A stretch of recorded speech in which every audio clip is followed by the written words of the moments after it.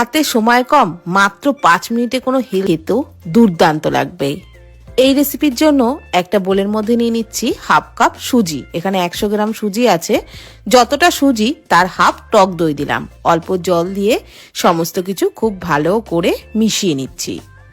জলটা কিন্তু একবারে দিইনি, অল্প অল্প করে 2-3 বারে জলটা দিয়ে ভালো করে মিশিয়ে নিচ্ছি। এটা মেশাতে যতটা পরিমাণে জলের দরকার সেই বুঝেই আন্দাজ করে দিয়ে দেবেন। তারপর 10 মিনিটের জন্য ঢাকা দিয়ে রাখলাম। 10 মিনিট পর ওই সুজির ব্যাটারের মধ্যে দিয়ে দিলাম পেঁয়াজ কুচি, দিয়ে দিচ্ছি কাঁচা লঙ্কা কুচি, দিয়ে দিচ্ছি টমেটো কুচি। এগুলোর পরিমাণটা বললাম না, আপনারা যতটা পরিমাণে তৈরি করবেন ততটা পরিমাণেই সবজিগুলো দিয়ে দেবেন। দিয়ে দিলাম পরিমাণ মতো লবণ, একটু লঙ্কার গুঁড়ো আর গরম মশলার গুঁড়ো। অল্প জল দিয়ে সমস্ত কিছু খুব ভালো করে মিশিয়ে নিচ্ছি। কম মশলাতেই এই রেসিপির স্বাদটা দারুণ লাগে। একবার এইভাবে বানিয়ে দেখবেন, সময়ও একদমই কম লাগবে।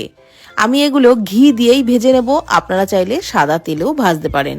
ফ্রাইং প্যানে 1 টেবিল চামচ মতন ঘি প্রথমে দিয়ে দিলাম, তারপর 1 হাতা ব্যাটার দিয়ে এইভাবে একটু চাড়িয়ে দিলাম।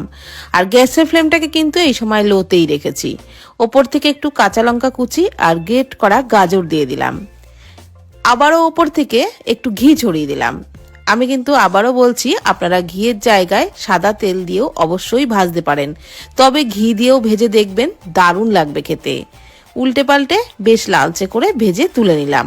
একইভাবে আরেকটাও ভেজে নিচ্ছি।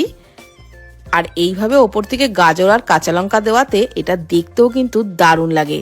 বিশেষ করে বাচ্চাদেরকে তো খুবই আকর্ষণ করবে। এইভাবে বানিয়ে বাচ্চাদের টিফিন বক্সে দেবেন, দেখবেন একদম বক্স ফাঁকা করে আনবে। তো উল্টে পাল্টে এটাকেও কিন্তু বেশ লালচে করে ভেজে নিয়েছি। আর এগুলো ভাজবার সময় অবশ্যই গ্যাসের ফ্লেমটাকে লো টু মিডিয়ামে রেখেই ভাজবেন, হাই ফ্লেমে কিন্তু একেবারেই নয়।